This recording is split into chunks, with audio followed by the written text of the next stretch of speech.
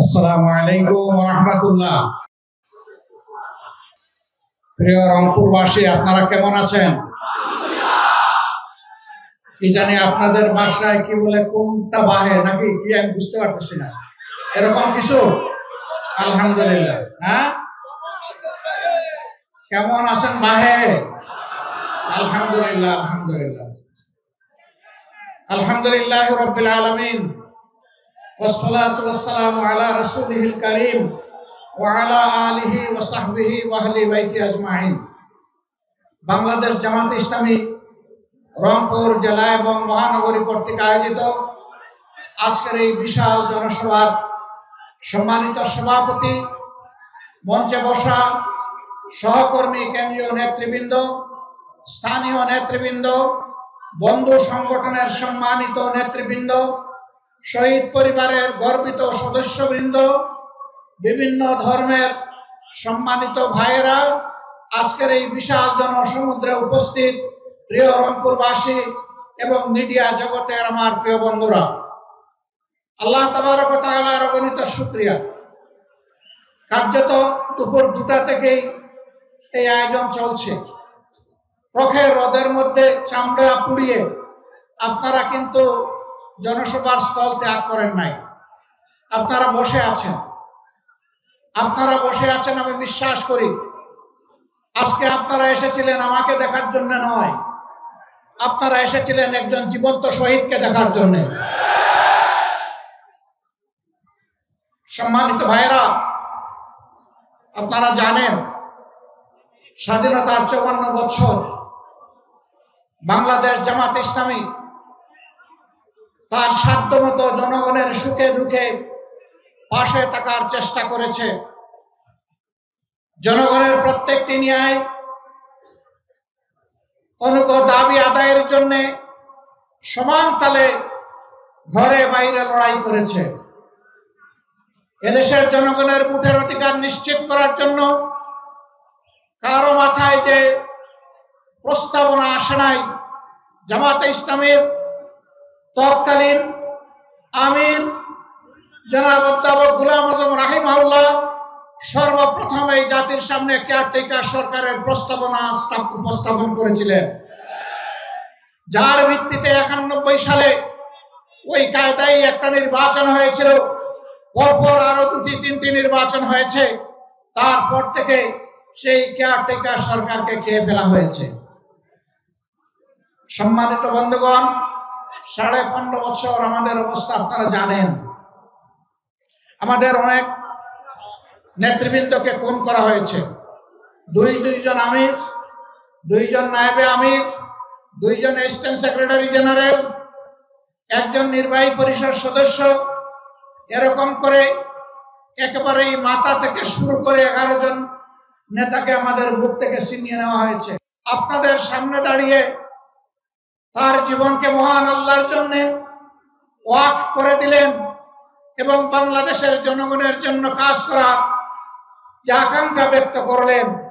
আমাদের ওই সমস্ত নেতৃবৃন্দ বেঁচে থাকলেও বাংলার প্রতিটি প্রান্তরে ঘুরে ঘুরে আজকের এই হতাশাগ্রস্ত জাতিকে তারা আশা জাগা নিয়ে কথা বলতেন, তারা জাতিকে নতুন করে পথ দেখাতেন।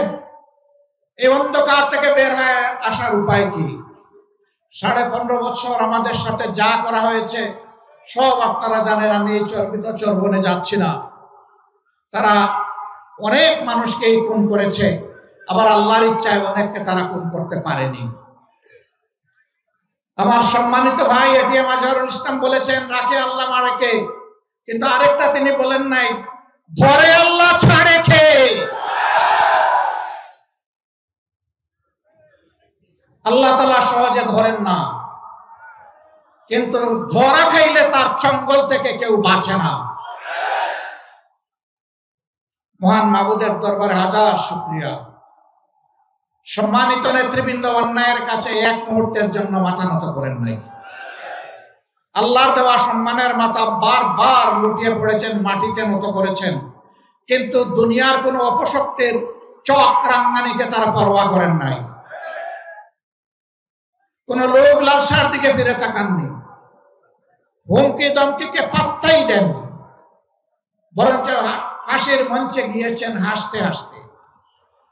কারণ তারা জানেন যে অভিযোগ তাদের বিরুদ্ধে করা হয়েছে এটি 16 আনা মিথ্যা।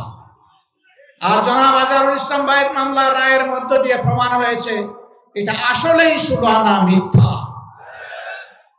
তারা যদি বেঁচে থাকতেন, আমরা আদালতের আশ্রয় নিতাম, আমরা নিশ্চয়ই একই ন্যায় বিচার, একই রায় আমরা পেতাম।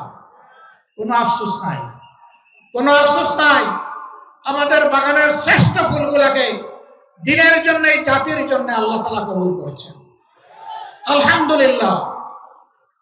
শুধু আল্লাহ তাআলার দরবারে আরজ করি, হে আল্লাহ, তোমার এই বান্দাগুলাকে মর্যাদাবান শহীদের কাতারে মিশিয়ে দাও। হযরত হামজা রাদিয়াল্লাহু তাআলা আনহুর মিছিলের কর্মী হিসেবে কবুল করো।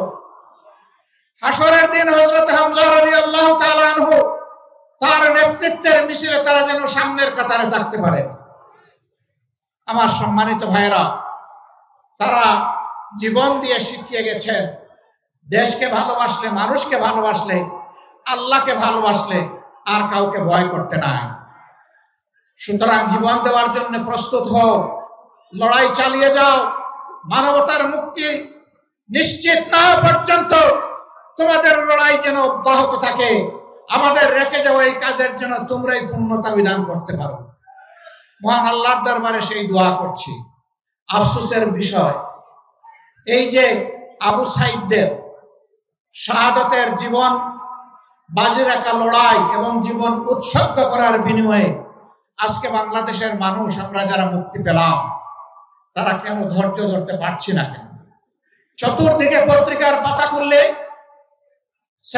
স্যাটেলাইট মিডিয়ার সামনে দাঁড়ালে, বসলে, আজকে বাংলাদেশের কোন না কোনো এলাকায় আমরা বিভৎস কিছু মানুষের থাবা দেখতে পাচ্ছি।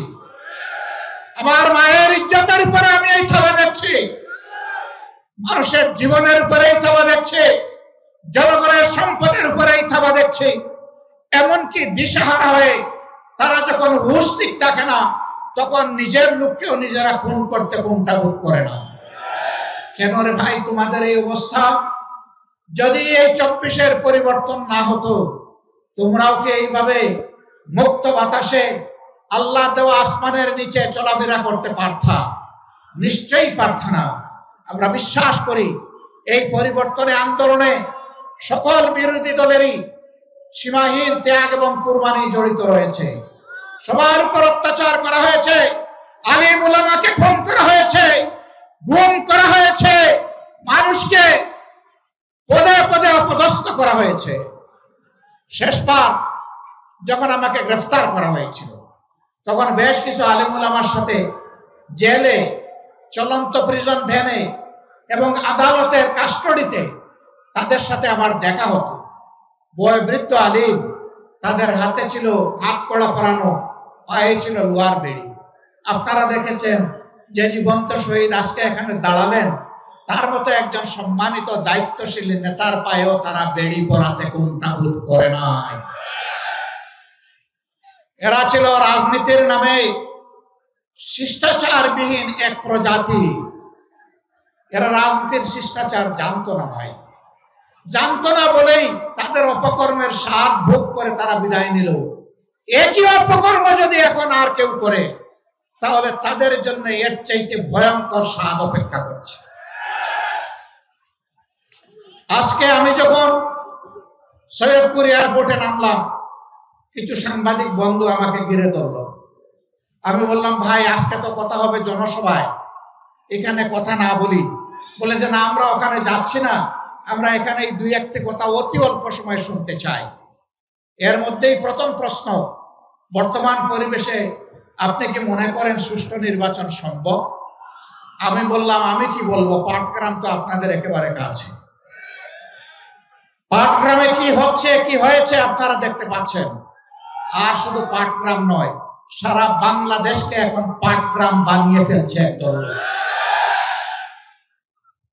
এই অবস্থায় সুষ্ঠু নির্বাচনের কল্পনাও করা যায় না। সুষ্ঠু নির্বাচনের জন্য কতগুলো মৌলিক সংস্কার অবশ্যই করতে হবে। আমরা সেই সংস্কারগুলোর কথা বলেছি।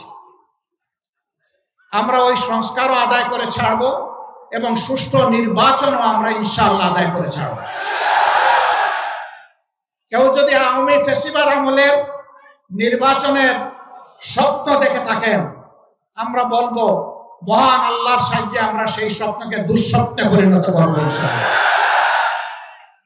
এ স্বপ্ন বাস্তবায়ন হতে দেওয়া হবে না, কোন প্রশাসনিক coup করতে দেওয়া হবে না, ভোট কেন্দ্রে কোনো হস্তান্তর চলবে না, কালো টাকার কোনো খেলা সহ্য করা হবে না।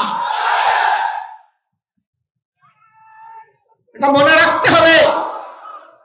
আবু সাইদের সঙ্গীরা তারা কয়েকশো জন দুনিয়া থেকে বিদায় নিয়েছে, শিক্ষা রেখে দিয়েছে, আওয়াজ তুলে দিয়েছে যে আমাদের এই লড়াই অব্যাহত থাকবে। এই জন্য এরা বলেছে বৈষম্যহীন একটা মানবিক সমাজ প্রতিষ্ঠিত না হওয়া পর্যন্ত। তারা স্লোগান দিচ্ছে আবু সাইদ মুক্ত, শেষ হয়নি যুদ্ধ। রংপুরবাসী আপনারা বড়ই সৌভাগ্যবান, বিশাল আন্দোলনের আইকনিক পার্সন আপনাদের বুকের সন্তান আবু সাইদ।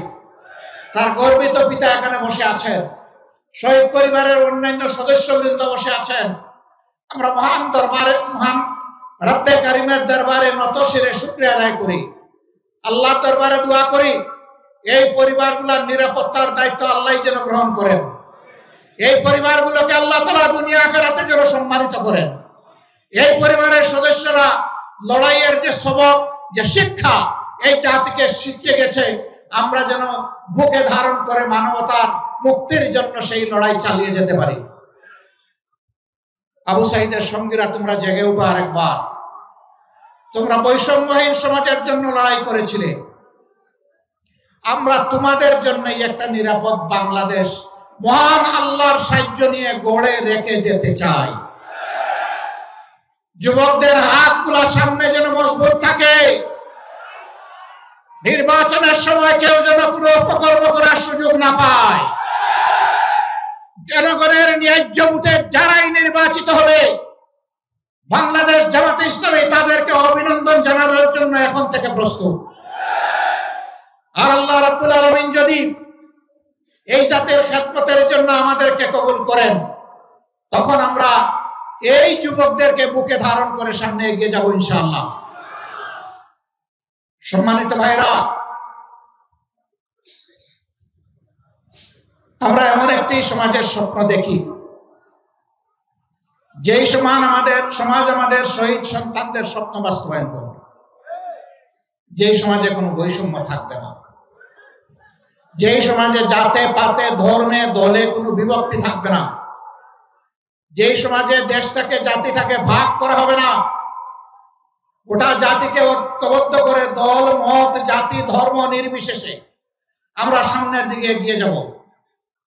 যারা সংখ্যালঘু নির্যাতন বলে মায়া কান্না করেছিল, আমি মহান রবকে সাক্ষী রেখে বলছি, সংখ্যালঘুদের সম্পদ এরাই ডাকাতি করেছে।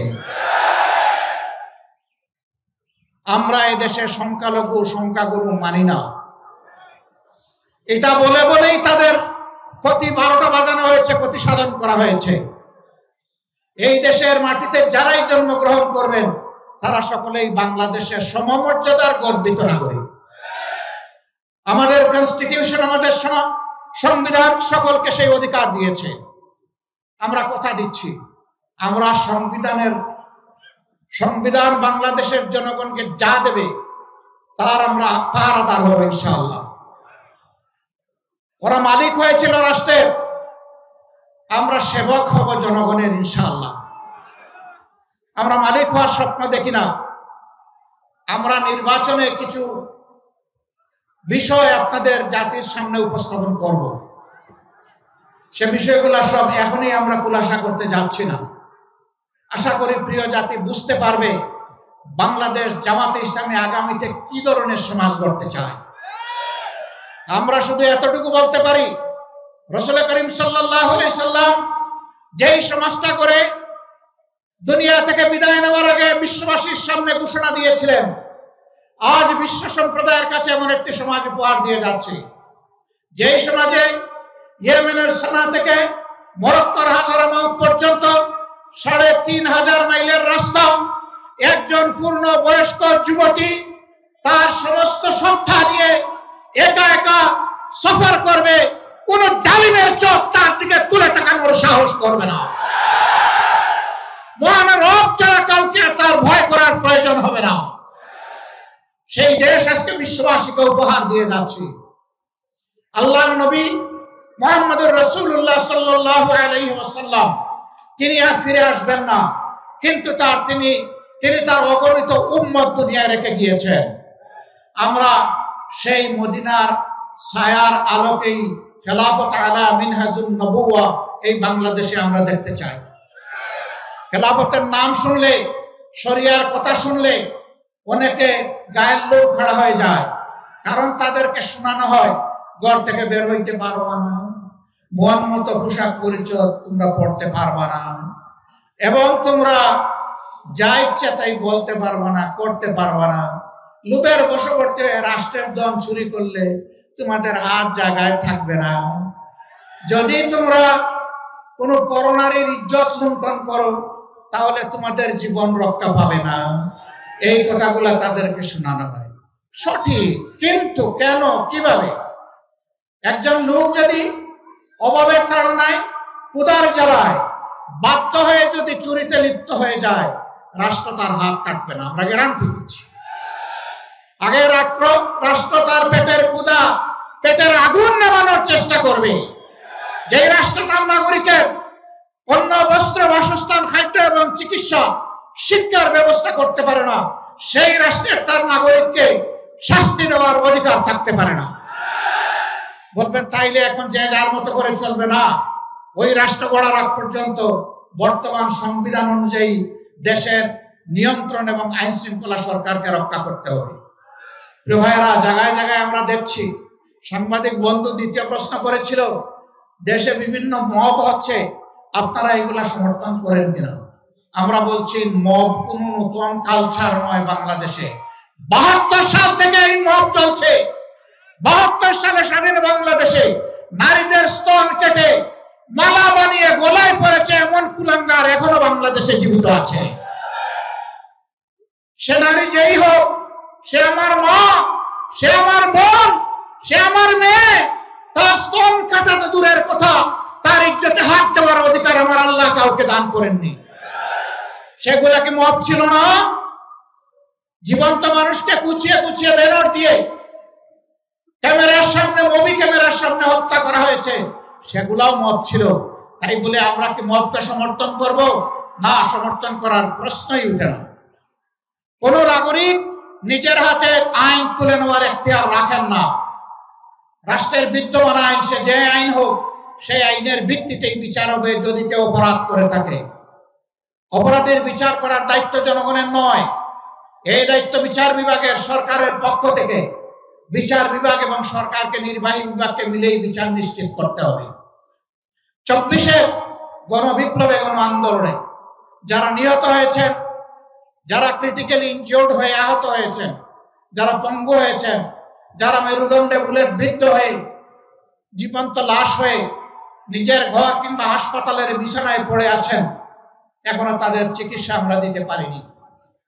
এই উপকর্মে যারা সরাসরি জড়িত ছিল, তাদের বিচার এদেশের জনগণ দেখতে চায়। তাদের বিচার যদি হয়, তাহলে ভবিষ্যতে কেউ কোনো দলকে তুষ্ট করার জন্য জনগণের উপর এই ধরনের নোংরা হামলা চালানোর আর দুঃসাহস দেখাবে না। আর যদি বিচার না হয়, তাহলে অবিচারের সংস্কৃতির কারণে বাংলাদেশ একটা জঙ্গলে পরিণত হবে। আমরা কি আমাদের দেশকে জঙ্গলে পরিণত করতে দেব? প্রশ্নই উঠে না। সম্মানিত ভাইয়েরা, আগামী নির্বাচনকে সামনে রেখে বহু ধরনের ষড়যন্ত্র আমরা লক্ষ্য করছি, বহু ধরনের কথাবার্তা ময়দানে শুনতে পাচ্ছি, বহু ধরনের ইঞ্জিনিয়ারিং এর আলামত বুঝতে পারছি। আমরা সবাইকে স্মরণ করিয়ে দেই, এই শেখ হাসিনা, তার হাতে সকল বাহিনী ছিল, দুর্দণ্ড প্রতাপ ছিল, জায়গায় জায়গায় নিজের লোক বসিয়েছিল, ক্যাডার মাস্তানদের দিয়ে রাষ্ট্র পরিচালনা করেছিল। কিন্তু যখন জনগণের জাগরণ, জনগণের বিস্ফোরণ যখন হয়েছে, তখন কি তাকে আর কেউ রক্ষা করতে পেরেছে? তাহলে যেই জনগণ এত মূল্য দিয়ে একটা পরিবর্তন এনেছে, সেই জনগণ আরেকটা ফেসিবাদ কায়েম করতে দিবে না ইনশাআল্লাহ। আমরা আপনাদেরকে কথা দিচ্ছি, ফেসিবাদ বিরোধী এই লড়াই ততদিন চলবে যতদিন প্রিয় দেশের বুকে ফেসিবাদের সামান্য চিহ্ন বর্তমান থাকবে। ফেসিবাদকে নিশ্চিহ্ন না করা পর্যন্ত আমাদের লড়াই কেউ থামাতে পারবে না ইনশাআল্লাহ। আর আমরা বিশ্বাস করি এই সকল কিছু নির্ভুল পূর্ণাঙ্গ একমাত্র সমাধান হচ্ছে আল্লাহর কোরআন এবং নবী মুহাম্মদুর রাসূলুল্লাহ সাল্লাল্লাহু আলাইহি সাল্লামের শাসন। এর বাইরে মুক্তির, শান্তির, ইজ্জতের, নিরাপত্তার কোনো রাস্তা নেই। রাস্তা একটাই, সেই রাস্তায় আজকে সমস্ত দেশপ্রেমিক এবং ইসলামী দল এক স্রোতে মিলিত হচ্ছে। আপনারা দোয়া করুন এই স্রোতের প্লাবন সমাজের সমস্ত আবর্জনাকে যেন ভাসিয়ে নিয়ে যায়, কিছুই যেন না থাকে। থাকবে শুধু এই দেশের সৎ এবং সত্যপন্থী লোকেরা। সে যে ধর্মের লোক হোক, যে দলের লোক হোক, কোনো আপত্তি নাই। এখানে কোনো দুষ্কৃতিকারীকে আর প্রশ্রয় দেওয়া হবে না ইনশাআল্লাহ। সম্মানিত ভাইরা, আজকে আমরা বিভিন্ন জায়গায় যা দেখতে পাচ্ছি, এখানে ওখানে বিভিন্ন আক্রমণ এবং আইন শৃঙ্খলা বাহিনীকে কাজ করতে না দেওয়া। আমরা আইন শৃঙ্খলা বাহিনীকে বলি, অতীতে যারা অপরাধ করেছে তাদের ব্যাপার রাষ্ট্র দেখবে। এখন আপনারা যারা দায়িত্বে আছেন, আপনারা দায়িত্ব পালন করুন। আপনারা ন্যায়ের পথে থাকবেন, আপনারা অন্যায়ের বিরুদ্ধে ব্যবস্থা নেবেন। জনগণ আপনাদের পাশে দাঁড়িয়ে আপনাদেরকে শক্তি যোগাবে ইনশাআল্লাহ। আমরা আপনাদের পাশে থাকবো, কিন্তু অন্যায় করতে দেখলে সবার আগে আমরাই কিন্তু প্রতিরোধ গড়ে তুলব। অতএব অন্যায়কারীদের পক্ষ নেবেন না, ফ্যাসিস্টদের পক্ষ নেবেন না, জনগণের পক্ষে থাকবেন, কারণ জনগণ আপনাদেরকে রাষ্ট্রের এই দায়িত্ব দিয়েছে। অতএব জনগণের বিরুদ্ধে যারা যায় তাদের কি পরিণতি হয়েছে সেদিকে একটু তাকালেই চলবে। আমরা চাই না বারবার এই দেশে একই পরিণতি যেন আরো কিছু মানুষকে ভোগ করতে হয়, বরঞ্চ আমরা চাই প্রিয় দেশে সকল শ্রেণী পেশার মানুষ একত্রিত হয়ে আমরা দেশটাকে সামনের দিকে এগিয়ে নেব ইনশাআল্লাহ। সে দেশটা কেমন হবে? সেই দেশের যুবকরা বেকারত্বের অভিশাপে ইনশাআল্লাহ ভুগবে না। আমরা তাদেরকে নৈতিক এবং বাস্তবিক এমন শিক্ষা তাদের হাতে তুলে দিতে চাই যে শিক্ষা শেষ সাথে সাথে তার হাতে আসবে একটি কাজ। তিনি উদ্যোক্তা হতে পারেন, আবার কোনো জায়গায় চাকরিও করা লাগতে পারে। যার জন্য যেটা প্রযোজ্য তার হাতে ইনশাআল্লাহ এটা পৌঁছে যাবে। জিজ্ঞাসা করবেন এমন দেশ বাংলাদেশে আসমানের জমিনে আছে কিনা? এমন দেশ একটা দুইটা নয়, শত দেশ এইরকম আছে। তারা সার্টিফিকেট দেখে না, তারা ছাত্রদের ক্রেডেনশিয়াল নিয়ে যায়, ওখান থেকেই দিয়ে দেয়। আমাদের দেশেও তাই হবে। মা বোনদের কি হবে? 1.5 মণ ওজনের থালা কি সকল দরজায় ঝুলবে যে তারা বের হতে পারবে না? নো, তাদেরও যাদের প্রয়োজন আছে, যোগ্যতা আছে, প্রয়োজন এবং যোগ্যতা অনুযায়ী এই সমাজের উন্নয়নে সমান তালে তারাও ভূমিকা রাখবে ইনশাআল্লাহ। সেদিন দুইটা জিনিস বাড়তি পাবে, একটি তাদের মর্যাদা, আরেকটি তাদের নিরাপত্তা। এখন মর্যাদাও নাই, নিরাপত্তাও নাই, দুইটা তাদের হাতে তুলে দেওয়া হবে ইনশাআল্লাহ। আমরা যারা দুর্নীতিবাজ এরা আবার আমাদেরকে একটু ভয় পায়, কয় বাবা এরা আসলে আমরা বাঁচবো কেমন? যেভাবে রাষ্ট্রের সাধারণ জনগণ বাঁচবেন সম্মানের সাথে, ঠিক একইভাবে আপনারাও বাঁচবেন সম্মানের সাথে। আপনি যা পাবেন তাই দিয়ে ইনশাআল্লাহ সম্মানের সাথে আপনার সংসার চলবে। এখন দুর্নীতি করতে গিয়ে এমন ভাবে করেন যে শেষ পর্যন্ত কলা পাতায় ঘুমাইতে হয়, এইটার দরকার পড়বে না ইনশাআল্লাহ। একজন বিচারপতি কলা পাতায় ঘুমাইছে না, ওটার প্রয়োজন হবে না। সম্মানিত ভাইয়েরা, এই জন্য একটা বৈষম্যহীন, দুর্নীতিমুক্ত এবং আগামীর একটা মানবিক বাংলাদেশ গঠন করা হচ্ছে জামাতে ইসলামের অঙ্গীকার। এই অঙ্গীকার পূরণে আমরা সৎ এবং প্রতিজ্ঞাবদ্ধ। গত 10 মাসের আমাদের কার্যক্রম তার প্রমাণ। এত মজলুম দল হওয়া সত্ত্বেও আমরা ব্যক্তিগতভাবে কারো উপর কোনো প্রতিশোধ নেই। আমরা বলছি আমাদের হাতে কোনো মানুষের জীবন, ইজ্জত, সম্পদ ক্ষতিগ্রস্ত হবে না ইনশাআল্লাহ, কারণ আমরা আল্লাহকে ভয় করি। আল্লাহকে ভয় করার কারণে কারো ইজ্জতের উপর, জীবনের উপর, সম্পদের উপর হাত পড়বে না। সম্মানিত ভাইরা, আওয়ামী হায়নারা আপনাদের সন্তান, আপনাদের ভাই জনাব এটিএম আজহারুল ইসলামকে আপনাদের বুক থেকে ছিনিয়ে নিয়েছিল। মহান আল্লাহর অশেষ মেহেরবানি, তিনি মুক্তি পেয়ে সম্মানের সাথে, ইজ্জতের সাথে, আইনি লড়াইয়ের মাধ্যমে, দুনিয়ার কোনো মানুষের দয়ায় নয়, কৃপায় নয়, আল্লাহর দয়ায় তিনি মুক্ত হয়ে এসেছেন। এই মুক্ত মানুষটাকে আজকে আমরা রংপুরবাসীর বুকে আমরা উপহার দিয়ে দিলাম। আপনারা কি তাকে কবুল করে নিলেন? আলহামদুলিল্লাহ।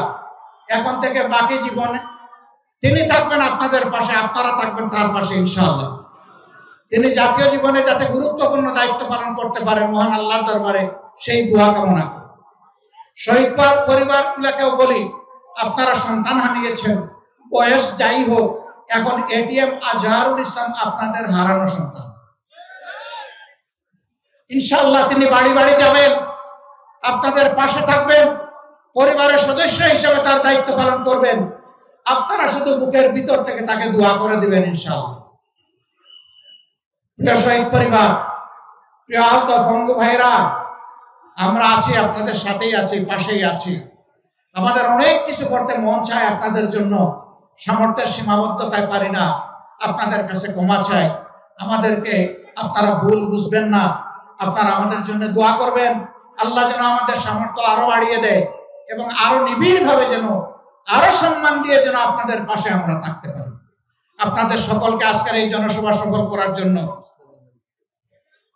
অন্তরের অন্তঃস্থল থেকে শুকরিয়া জানানোর আগে জনাব এটিএম আজম সাহেব, তিনি যে দাবিগুলো আপনাদের সামনে উত্থাপন করেছেন সবগুলাই সঙ্গত এবং ন্যায্য দাবি। এর সাথে উত্তরাঞ্চলের দুঃখ, তিস্তা, এই তিস্তা ব্যারেজ এবং তিস্তা স্থায়ী প্রকল্প বাংলাদেশের জনগণের প্রাণের দাবি। আমরা চাই তা অবিলম্বে বাস্তবায়ন হোক। তাই নিয়ে কোনো টাল বাহানা দেশের জনগণ মোটেই সহ্য করবে না এবং কোন দেশের চক্রান্তিতে যেন আমাদের সরকার আর ভয় না পায়। এদেশের 18 কোটি মানুষ যদি সরকার জনগণের পক্ষে থাকে, তাহলে 18 কোটি মানুষ সরকার যেই হোক তার পিছনে দাঁড়িয়ে যাবে ইনশাআল্লাহ। যে দাবিগুলো আপনারা উত্থাপন করেছেন, আল্লাহ যদি এদেশের মানুষের খেদমতের দায়িত্ব আমাদেরকে মেহেরবানি করে দান করেন, আমরা কথা দিচ্ছি এই দাবি নিয়ে ইনশাআল্লাহ আমাদের কাছে আর যেতে হবে না। আপনাদের দাবি মানে আমাদের দাবি। আল্লাহ যেন সেই দাবি পূরণের তৌফিক দান করেন। আল্লাহ হাফেজ। বাংলাদেশ জিন্দাবাদ। বাংলাদেশ জামাত ইসলামী জিন্দাবাদ। আসসালামু আলাইকুম ওয়া রাহমাতুল্লাহি ওয়া বারাকাতুহু।